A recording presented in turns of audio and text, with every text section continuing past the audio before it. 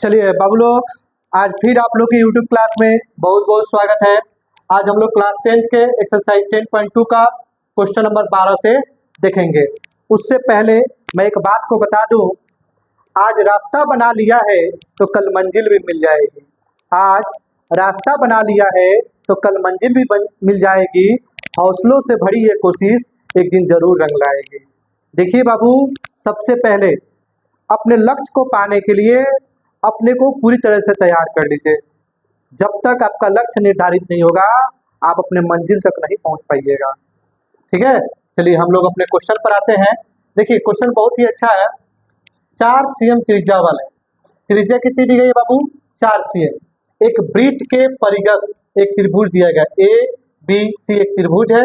इस प्रकार खींचा गया है कि बी डी और डी सी जिनमें स्पर्श बिंदु डी द्वारा बीसी विभाजित है। डी को 2 भाग में बांट दिया गया है, क्रमशः 8 cm और 6 cm लंबाई है।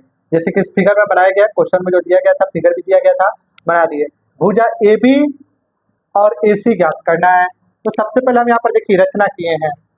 सी को ओ से मिला दिए हैं, बी को सी से ओ से मिला दिए, ओ को ई से मिला दिए, ओ को एफ से मिला दिए, ओ को ए से मिला दिए। जैसे कि हम लोग जानते हैं कि वृत्त के केंद्र से वृत्त की परिधि पर खींची गई रेखा क्या होती है? त्रिज्या होती है। 4 cm तो ये भी क्या हो जाएगी? 4 cm। ये भी क्या हो जाएगी? 4 cm। ये बाहर चल जा रहा है, इसको छोड़ दीजिए। अब एक चीज और आप लोग को पता है कि वृत्त के बाह्य बिंदु से वृत्त पर खींची गई स्पर्श रेखा की लंबाई आपस में क्या होती है? बराबर होती है। ये 6 cm है, ये भी क्या होगा? 6 cm। ये 8 cm है, तो ये क्या होगा? 8 cm। ठीक है, तो यहाँ पर देखिए इसका मान नहीं मालूम है, एक्स मान लीजिए दोनों को। हमको निकालना है ए बी का। अगर हम दोनों को ऐड कर लें तो ए बी हमारा क्या हो जाएगा? एक्स प्लस 8 हो जाएगा, 8 हो जाएगा। और ये आपका क्या हो जाएगा? एक्स प्लस 6 टोटल का। और ये आपका तो बी सी 6 और 8 कितना हो जाएगा? 14 हो जाएगा। आप यहाँ पर चाहे तो इसको भी लिख सकते हैं 14 cm। बोले यहाँ तक किसी कोई दिक्कत? तो देखिए बाबू, इसमें त्रिभुज का है तो आप लोग हीरोन्स का फॉर्मूला पढ़े हैं ना। सबसे पहले हम लोग एस कैसे निकालते हैं? ए प्लस बी प्लस सी। ऐसे हीरोन्स का फॉर्मूला देखिए होता क्या है? एस ए एस बी और एस सी, यही ना होता है। तो इसमें एस का फॉर्मूला होता है A plus B plus C by 2, यही ना होता है जी। हाँ, चलिए तो इसमें हम लोग सबसे पहले ये चीज निकाल लेंगे, उसके बाद मान रखकर बना देंगे। ठीक है, अब आगे इसमें देखिए बाबू, यहाँ पर जो चीज दिया गया है सबसे पहले हम लिख लेते हैं। दिया गया है त्रिभुज एबीसी वृत्त के परिगत खींचा गया। परिगत का मतलब चारों ओर खींचा गया है। ठीक है, वृत्त के परिगत खींचा गया है और बिंदु ए को, बी को, सी को, बी सी, इसके अलावा डी ई और एफ को वृत्त के केंद्र से मिलाया गया। वृत्त के केंद्र से मिलाया गया है, केंद्र से मिलाया गया। ठीक है, हमको ज्ञात करना है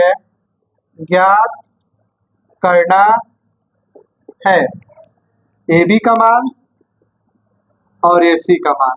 ठीक है, अब चीज यहाँ पर देखिए, एक चीज हम आप लोग को बताए हैं, जैसे कि वृत्त के बाह्य बिंदु से वृत्त पर खींची गई स्पर्श रेखा की लंबाई क्या होती है?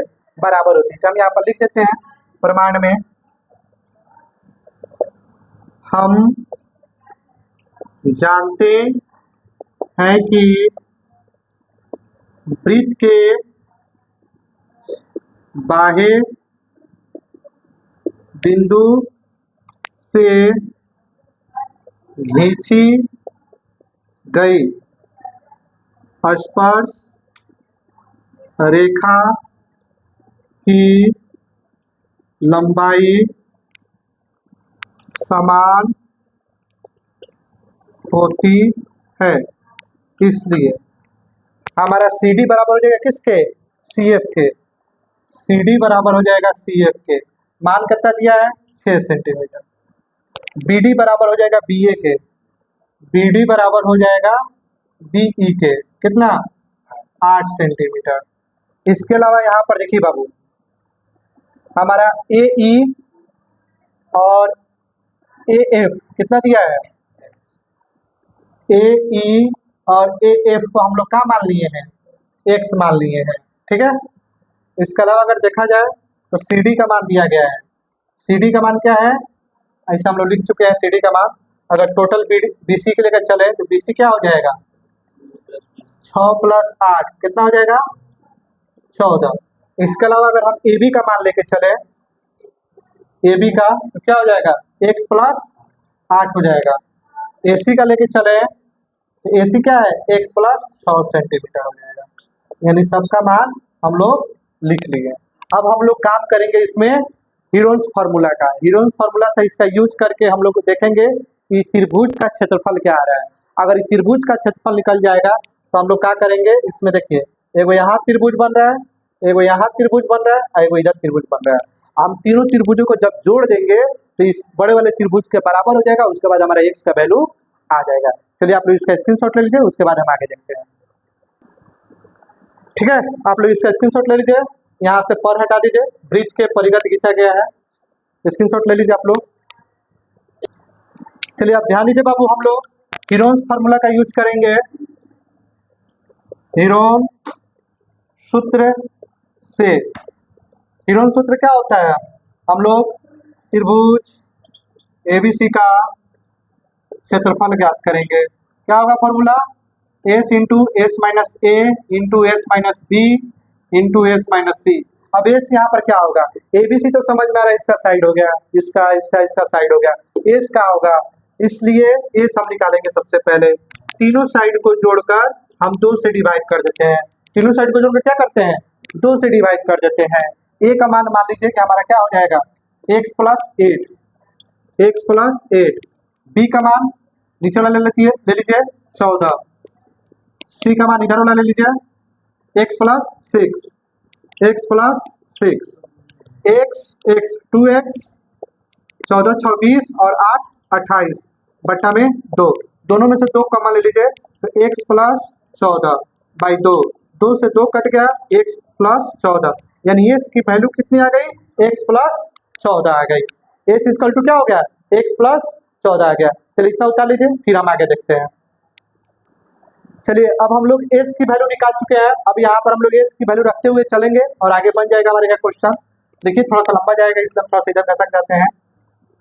S आया है हमारे पास X + 14, ठीक है, X + 14 माइनस A का मान हम लोग क्या लिए थे X + 6, X + 8, ठीक है। अब यहाँ पर देखिए माइनस है तो इसको भी ब्रैकेट में करेंगे और इसको मझला कोष्ठ से बंद कर देंगे, मिडिल ब्रैकेट से। उसके बाद S हमारा क्या है, S हमारे पास था X + 14 माइनस B का मान 14, इसको बंद कर लीजिए। फिर S क्या है हमारे पास X + 14, ठीक है, X + 14। उसके बाद इसको थोड़ा सा हटा दीजिए, जगह कम पड़ रहा है। उसके बाद माइनस है, C का मान है X + 6, इसको भी छोटा वाला क्वेश्चन बंद कीजिए और इसको मझला बड़े वाले को मझला से बंद कर लीजिए। अब हम इसका सॉल्यूशन कर लेते हैं। यहाँ पर आ जाइए X + 14, X + 14 माइनस के X से गुना कर लेंगे -X, माइनस प्लस माइनस 8। अब आ जाइए यहाँ पे 14 14 कट गया, खाली X बचा। अब यहाँ पर आ जाइए X + 14 माइनस के X से -X माइनस प्लस माइनस 6, ठीक है, हो गया। अब आगे आ जाइए, यहाँ पर आ जाइए X + 14, ये हो गया, प्लस माइनस कट गया, 14 में से 8 जाएगा, क्या बचेगा 6X। अब यहाँ पर आ जाइए प्लस माइनस कट गया, 14 में से 6 गया, ये आ गया आपका 8। अब चलिए सबका गुना कर लीजिए। सबसे पहले सबका गुना कर लेते हैं। X + 14 ये सब गुना में है, तो 6 8 48 X 48X आ गया। बोलिए कोई दिक्कत नहीं ना है। चलिए अब यहाँ पर आ जाइए, इसका इससे गुना कर लेते हैं। 48X का X से कर लेंगे, कितना आ जाएगा 48X²। 48 का 14 से गुना कर लेते हैं। 32 के हाथ में 3, 16 3 19, 48, 2, 17 के हाथ में 1, 5 1 6, 672 प्लस में 672 एक्स आ गया। ठीक है, अब हम लोग इसमें से कुछ कॉमन ले लेते हैं। अगर हम 48 कॉमन ले लें तो क्या हो जाएगा, 48 को 672 से भाग करके देखा जाए, 48, 17 में 60 गया 9, इधर 1 गया, इधर 1 चल जाएगा, तो 5 है 4 1 2, तो यहाँ पर कितना आ जाएगा 4, 32 हाथ में 16 3 19 14। अगर हम 48 कॉमन ले लेते हैं, यहाँ पर 48 कॉमन ले लेते हैं, तो हमारे पास आ जाएगा, इसमें x भी है तो x कॉमन ले लीजिए, तो ये आपका हो जाएगा, यही चीज़ फिर हमारा आ जा रहा है, यही चीज़ हमारा क्या आ जा रहा है। ठीक है, इसमें से वही चीज़ फिर हमारा आ जाए। चलिए इसमें इतना ही रहने दिया जाए, इसका इतना ही मान लिया जाए। अब हम लोग क्या करेंगे कि 3 गो त्रिभुज जो बन रहा है, एगो यहाँ पर, एगो यहाँ पर और एगो इधर, यानी AOB, AOC और BOC, ये तीनों त्रिभुज का हम लोग क्षेत्रफल निकालेंगे। इसमें देखिए क्या है, आपके पास आधार है और लंब है, इसमें भी आपका लंब है, आधार है, लंब है, आधार है, ये तीनों चीज का क्षेत्रफल निकाल कर जोड़कर इसके बराबर कर देंगे, उसके बाद हमारा x का वैल्यू आ जाएगा। चलिए आप इसका स्क्रीनशॉट लीजिए, उसके बाद हम लोग आगे देखते हैं। चलिए आप ध्यान दीजिए बाबू, अब हम लोग काम करेंगे त्रिभुज AOB में, त्रिभुज AOB का क्षेत्रफल निकाल लेते हैं। ठीक है, चाहे हम लोग डायरेक्ट भी कर सकते हैं, त्रिभुज ABC का क्षेत्रफल बराबर होगा त्रिभुज AOB का क्षेत्रफल, उस तरफ थोड़ा सा कम समय लगेगा, AOC का, त्रिभुज AOC का क्षेत्रफल प्लस त्रिभुज BOC का, त्रिभुज BOC का क्षेत्रफल। इसका मान हम लोग क्या लाए थे, √48x² प्लस 672x, यही ना लाए थे। अब देखिए इसका फॉर्मूला हम लोग क्या लिखेंगे, इसमें आधार और लंब है, 1/2 गुने आधार गुने लंब, 1/2 गुने आधार गुने लंब, 1/2 गुने आधार गुना लंब। अभी वाला जैसे का तैसे लिख दीजिए, 48x² 672x 1/2। AOB, इसके लिए आधार कौन सा है, x + 8, क्या है x + 8, यहाँ पर गुना x + 8, और लंब का है आपके पास, लंब आपका 4 है, यहाँ पर 4 कर लीजिए, 1/2। AOC में आधार क्या है, x + 6, x + 6 गुना लंब क्या है आपका 4 प्लस 1/2, आधार क्या है इसमें 14 और लंब क्या है इसका 4। बस इसका सॉल्यूशन कर लीजिए ना, आंसर आ जाएगा। ये आ गया आपका 48x² प्लस 672x, 2 से ही कट जाएगा 2 बार में, 2 से ही कट जाएगा 3 बार में, 2 से ही कट जाएगा 2 बार में। अब गुना कर लीजिए, 2 का 1 से कर लेंगे 2x, 2 का 8 से कर लेंगे 16, 3 का यहाँ पर हम कटा दिए, गलती हो गया, यहाँ पर ही कटेगा 2, 2 से x का कर लेंगे 2x, गुना करना है, 2 का 6 से कर लेंगे 12, अब यहाँ पर 2 14 का गुना कर लेंगे 28। अब आगे का सॉल्यूशन किया जाए, 48x² plus 672x, 2x 4x, अब यहाँ पर आ जाइए, 12 8 20 20 20 40 और 40 40 50 6 56, ये हो गया 56। ठीक है, अब आगे आ जाइए, अब हम लोग क्या करेंगे इसमें, इसका चलिए ध्यान दीजिए बाबू, अब आगे हम क्या करें समझ नहीं आ रहा, तो दोनों पक्षों का वर्ग कर देते हैं। अब दोनों पक्षों का वर्ग करने पर इसका हम वर्ग कर लेते हैं, 672x = 4x प्लस 56 का होल स्क्वायर कर लेते हैं, तो स्क्वायर से ही रूट कट जाएगा, आ जाएगा सिंपल 48x² प्लस 672x। अब इसका हम लोग a + b का होल स्क्वायर पर बना लेते हैं, a का square plus 2 A B plus B का स्क्वायर, ठीक है। ये हो जाएगा 48x 672x, इसका 2 बार गुना कर लेंगे 16x स्क्वायर प्लस इस सबका गुना कर लीजिए, तो 56 का 8 से गुना कर लीजिए, 56 का 8 से 48 खाते में 4, 40 8 44 यानी 448x आ गया। 56 का 56 से कर लेंगे 31 36 आ जाएगा, ठीक है। 31 36 सबका हो जाएगा। अब हम लोग स्क्वायर के स्क्वायर और एक्स को एक्स के पास भेज देते हैं। 48x square plus 672x minus 16x plus में जरा के माइनस में 448x इक्वल टू 31 36 हो जाएगा, ठीक है। चलिए हम लोग इसके इधर थोड़ा सा क्लीन कर देते हैं। अब आगे आइए, आगे देखिए यहाँ पर, यह देखिए 48 में से 16x घटा लेंगे, ये आ जाएगा 32x स्क्वायर।